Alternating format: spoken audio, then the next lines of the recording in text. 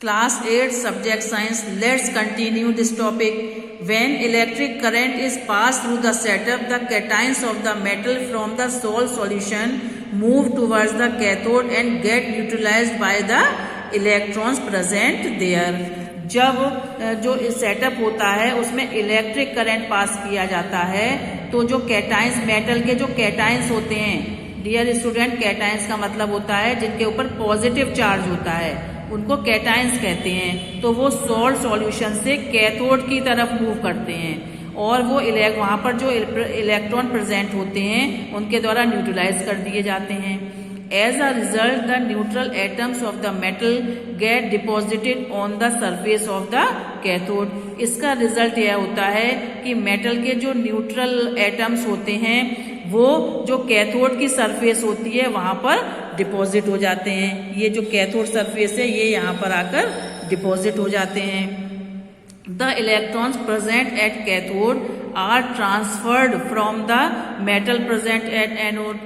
जो कैथोड के ऊपर जो इलेक्ट्रॉन्स प्रेजेंट होते हैं तो जो एनोड पर जो मेटल होता है उसके ऊपर वहां पर ट्रांसफर कर दिए जाते हैं। This makes the cations of metal deposit at the anode. The cations of the metal are supplied to the electrolyte. ये जो मेटल के जो ये कैटाइंस होते हैं ये क्या होता है, ये इलेक्ट्रोलाइट के द्वारा सप्लाई किए जाते हैं। Thus, a constant flow of metal cations is maintained from anode to cathode through electrolyte. इस प्रकार से ये जो कांस्टेंट फ्लो रहता है ये एनोड से कैथोड के तरफ, ये जो एनोड है यहाँ से जो पॉजिटिव आयन होते हैं ये यहाँ आते हैं इलेक्ट्रोलाइट में और यहाँ से ये फिर यहाँ कैथोड की तरफ चले जाते हैं और यहाँ पर आकर डिपॉजिट हो जाते हैं। तो इस प्रकार से यहाँ पर जो यहाँ से जो आयंस होते हैं ये यहाँ एनोड से आकर यहाँ पर कैथोड पर डिपॉजिट हो जाते हैं एक इलेक्ट्रोलाइट के through.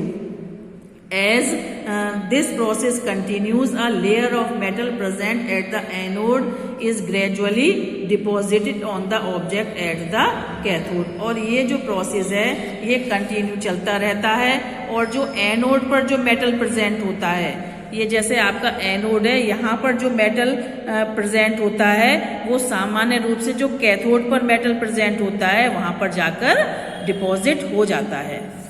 For example, if copper is being used to coat another substances, an electrolyte solution containing copper ions should be kept in the electrolytic cell. All the copper ions will be attracted towards the cathode where the object is placed and the object will get coated with copper. Dear students, इसको हम इस तरह से समझ सकते हैं। इसमें हमने एग्जाम्पल के लिए हमने मान लीजिए कॉपर लिया है, यहाँ पर हमने कॉपर लिया है जिसको हमें दूसरे मटेरियल के ऊपर, दूसरे सब्सटेंस के ऊपर उसकी कोटिंग करनी है। तो जो इलेक्ट्रोलिटिक सॉल्यूशन होता है इसमें क्या होता है, कॉपर आयंस होते हैं, ठीक। और उसके बाद में जो जितने भी ये कॉपर आयंस होते हैं वो क्या होते हैं, सब यहाँ पर आकर कैथोड पर आकर ये इधर अट्रैक्ट होते हैं क्योंकि हमेशा पॉजिटिव नेगेटिव अट्रैक्शन होता है अपोजिट डायरेक्शन में। तो ये यहाँ पर आकर सब डिपॉजिट हो जाते हैं यहाँ पर। तो इस प्रकार से ये जो आपकी प्लेट है, ये जो आप यहाँ पर जो भी आपने मटेरियल लिया है उसके ऊपर उसकी प्लेटिंग हो जाती है, यानी उसकी कवरिंग हो जाती है। कॉपर की कवरिंग यहाँ से होकर यहाँ पर आ जाती है। तो ये कवरिंग सेम भी हो सकती है, एक ही मटेरियल की भी हो सकती है और ये डिफरेंट मटेरियल की भी हो सकती है। जैसे मैंने आपको कार का एग्जाम्पल दिया था तो कार जो है वो दूसरे मेटल की बनी होती है लेकिन उसके ऊपर कवरिंग हम क्या करते हैं, उसकी क्रोमियम की कवरिंग कर देते हैं जिसकी वजह से उसकी सरफेस जो है शाइनी हो जाती है। इसी तरह आयरन के ऊपर मैंने अभी आपको एग्जाम्पल बताया था, आयरन के ऊपर जिंक की कोटिंग कर देते हैं। तो डियर स्टूडेंट्स, ये एक मटेरियल से दूसरे मटेरियल की जो कवरिंग की जाती है, this process is called electroplating.